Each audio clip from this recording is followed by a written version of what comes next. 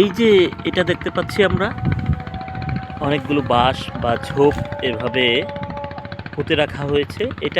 এটাকে আমরা জাগ বলি। অর্থাৎ প্রাচীন মাছ ধরার যে কৌশলগুলো ছিল সেখানে এই জাগ পদ্ধতিতে মাছ ধরা খুবই একটা প্রচলিত একটা সিস্টেম বা পদ্ধতি ছিল। ওই যে দূরে ওই নদীর ওই পারও আরেকটা দেখা যাচ্ছে, বা আরও দূরে যদি ওদিকে তাকান, ওই দূরে জুম করলে ততটা বোঝা যায় না। ওই যে ওই আরেকটা, এইগুলো হচ্ছে জাগ। অর্থাৎ নদী বা খালে বা বিলের মধ্যখানে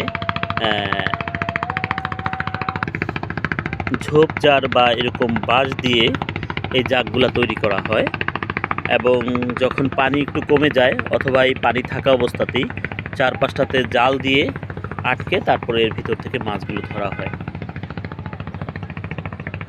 বাংলাদেশে বা এই উপমহাদেশে প্রাচীন যেই মাছ ধরার কৌশল আছে তার ভিতরে এই জাগ পদ্ধতিতে মাছ ধরা অন্যতম একটা পদ্ধতি। জানি না আপনার এলাকায় বা অন্য এলাকায় এটাকে কি বলে, বাট আমার এলাকায় চাঁদপুরে এটাকে জাগ বলে।